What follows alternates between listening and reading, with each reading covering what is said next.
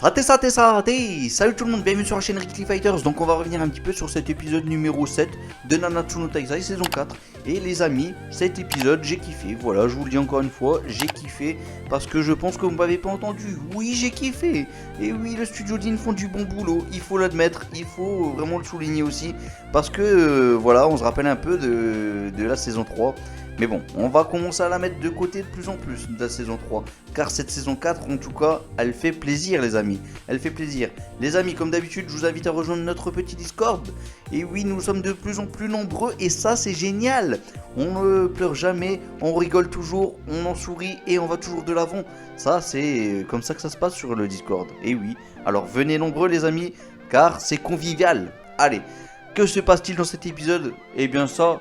Je vais pas vous faire un résumé parce que je sais très bien que vous avez compris tout ce qui s'est passé les amis. Ça sert à rien que je vous fasse un petit résumé, vous êtes au top pour ça. Mais ce que j'ai aimé en tout cas dans cet épisode, mais que vous n'avez peut-être pas forcément aimé, voilà on a chacun nos goûts, c'est le petit seiyuu de King qui fait plaisir. Parce que King, oui, il a un nouveau design. King, il a un nouveau design, il est un peu plus classe, il est un peu plus cool, avec sa petite mèche à l'avant, pas comme moi qui va vers le haut. Et voilà, ça faisait plaisir. Et bien il n'y a pas que ça qui a changé, il n'y a pas que sa coupe de cheveux, il n'y a pas que les biceps qui sont peut-être un peu grossis, quoique. Mais bon, il y a aussi les coups qui sont un peu améliorés, qui sont beaucoup plus forts surtout. Et d'ailleurs maintenant il arrive à faire face à un Mael qui est trop puissant. Là il faut l'avouer, ce Mael est vraiment trop puissant. Et ben il arrive à y faire face, même plus que ça d'ailleurs. Il arrive même carrément à pratiquement le laminer, j'ai presque envie de dire. Mais bon. Là c'est un autre débat, on va peut-être pas rentrer dans ce genre de débat, mais bon, n'hésitez pas à dire ce que vous en pensez en tout cas concernant ce King, est-ce qu'il incarne la classe lui ou non? Moi je vous dis que oui, voilà, c'est du bon King, On l'appelle pas King pour rien si vous voulez mon avis. En tout cas ça chastifole, gros nounours comme ça, on passe quand même de la version nounours enfantin à la version, il nous fait penser à un golem clairement, là il te décoche une droite. Tu décolles contre le mur, mais tu décolles contre plusieurs murs également. Hein. Clairement, tu te manges tous les murs, tout simplement. Et il faut faire gaffe parce que là, on sent la puissance quand on voit ce golem. On le sent. Bon, c'est la Chastifol Guardian, et en tout cas, il était de toute beauté. Voilà. On a eu aussi la fameuse Chastifol Rafale de lance, là. Je sais pas comment il s'appelle, hein, mais on va dire Rafale de lance, bam, qui te lance toutes les lances. Mais les amis, on voit l'évolution des coups, on voit que là c'est une version améliorée du King, là c'est le King of the King, clairement. Et ça fait plaisir.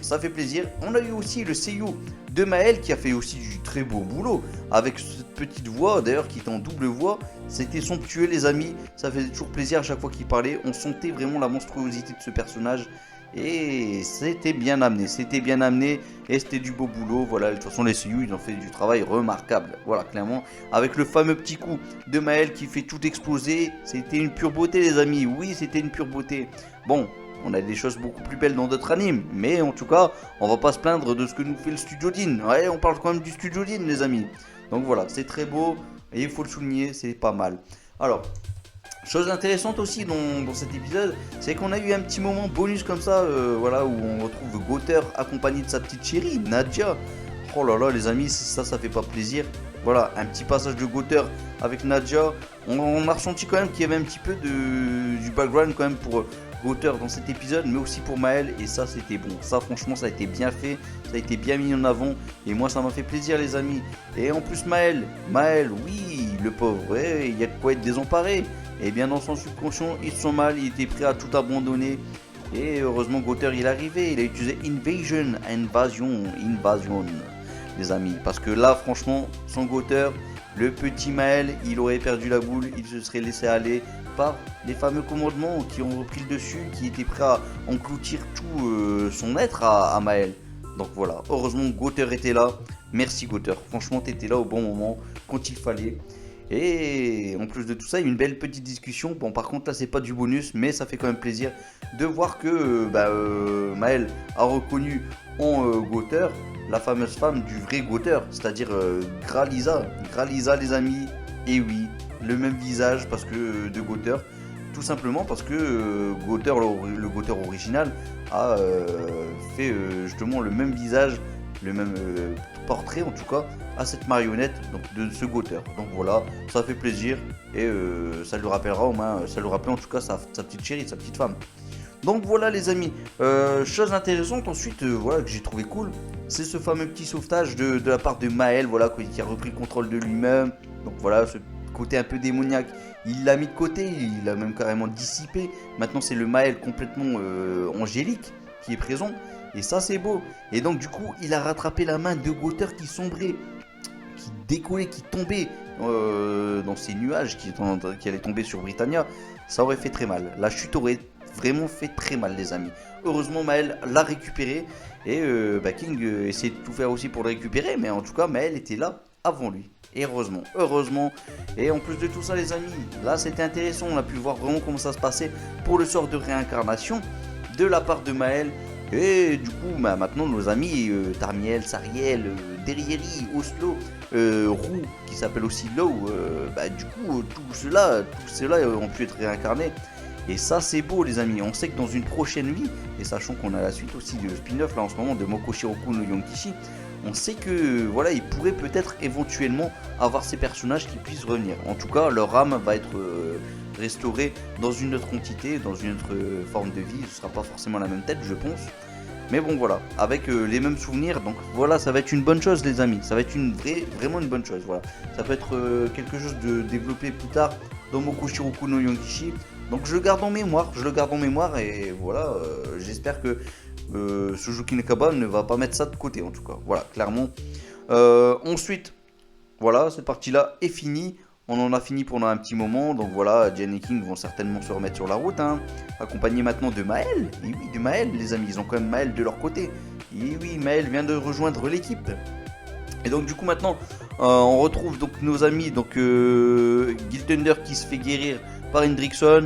Voilà, ensuite tu as quelques dialogues par-ci par-là. Bon, le plus gros à savoir dans cette partie-là, c'est surtout le sacrifice de nos amis Kudzak et Chandler, puisqu'avant ils ne formaient plus qu'un, mais ils ont dû devenir les maîtres de Meliodas et de Zeldris, parce que voilà, clairement ils ont commis un péché, d'où le fait qu'ils vont s'appeler le pêcheur, puisqu'ils vont fusionner entre eux. Ils étaient avant une seule forme, une seule entité, et maintenant ils étaient devenus ensuite les maîtres de Meliodas et Kudzak. Je me répète, je sais, mais vous m'avez compris, et de toute façon vous le saviez déjà, donc je vous apprends rien. Et donc du coup, voilà, ils n'hésitent pas à se sacrifier pour pouvoir sauver la vie de Zeldris, parce qu'il faut pas que les démons perdent. Et il n'y a pas que Zeldris, puisque Meliodas lui-même est dans son cocon, les amis. Et oui, donc voilà, c'est pas rien.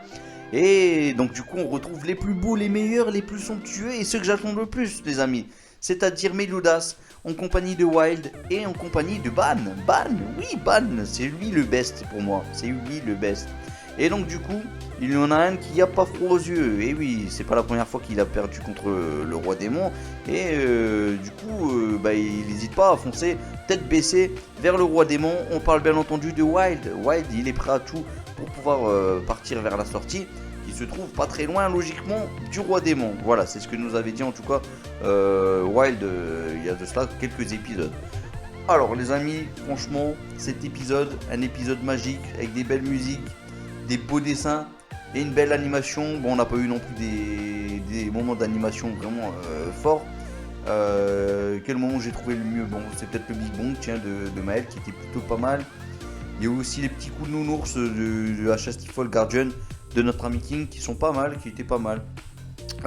Sinon, il n'y a pas eu aussi Invasion qui pour moi était peut-être le moment le mieux animé de l'épisode, je trouve. Voilà, peut-être que je me trompe, c'était pas grand chose, mais ça s'est effacé très rapidement. Ce qui était cool, les amis, c'était les dessins. Voilà, on a eu des beaux paysages, des beaux petits dessins. On a eu les petites entités, voilà, les commandements qui étaient présents dans le subconscient du coup de Maël, et ça c'était beau, c'était bien amené. Et surtout, cette partie-là, elle avançait vraiment droit au but, et c'était bien, voilà, c'était fluide. Dans le manga, on changeait souvent d'endroit, on passait d'abord du combat contre Maël, ensuite on passait au purgatoire, ensuite on passait au champ de bataille contre Kudzak, Chandler et Zeldris. Voilà, c'était parfois un petit foutoir. Là, c'est comme bien compacté ensemble. Voilà, ils ont bien regroupé les choses entre eux. Et franchement, c'est beaucoup plus fluide et ça fait plaisir. C'est beaucoup plus beau. Voilà. Donc l'animation excellente, j'ai kiffé. Enfin, excellente pour le studio Jin en tout cas. Et musique top, ambiance vraiment pas mal. Voilà, un épisode qui fait plaisir.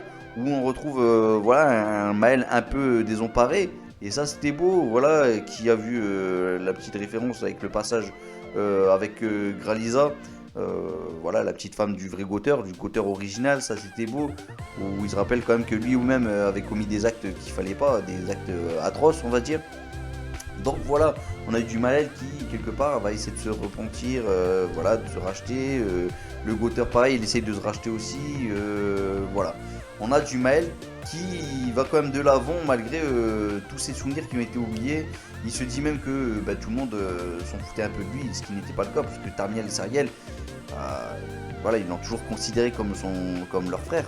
Oui, Maël, c'était leur frère, même leur frère préféré. Voilà, ils étaient fiers de lui, ils étaient fiers de ce qu'il pouvait accomplir. Voilà les amis, je pense qu'on a fait le tour.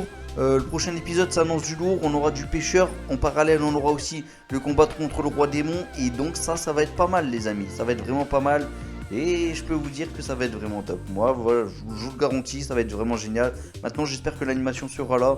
Mais voilà, je me fais plus de problèmes, je me fais plus de soucis à ce niveau-là. Je sais que le studio Dean maintenant ils sont capables du meilleur. Pour le moment en tout cas dans cette saison 4 ils sont capables du meilleur. Le pire a été passé, maintenant on n'a que le meilleur. Donc, tant mieux.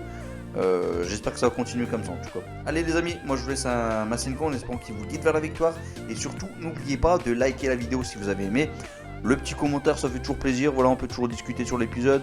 N'hésitez pas à venir aussi sur les lives Moko Shiroku no Yonkishi pour ceux qui suivent aussi ce spin-off en parallèle. Et n'hésitez pas à regarder aussi les petites reviews que je fais, ou plutôt des petites traductions d'ailleurs dernièrement que je fais sur la version française de Moko Shiroku no Yonkishi. Et oui les amis, voilà j'ai fait la traduction de la version anglaise en version française. Voilà, c'est une version vocale bien entendu, mais je prends quand même du temps pour pouvoir la traduire, donc voilà, je mets pas mal d'efforts là-dedans. Donc voilà, je vous invite à regarder tout ça.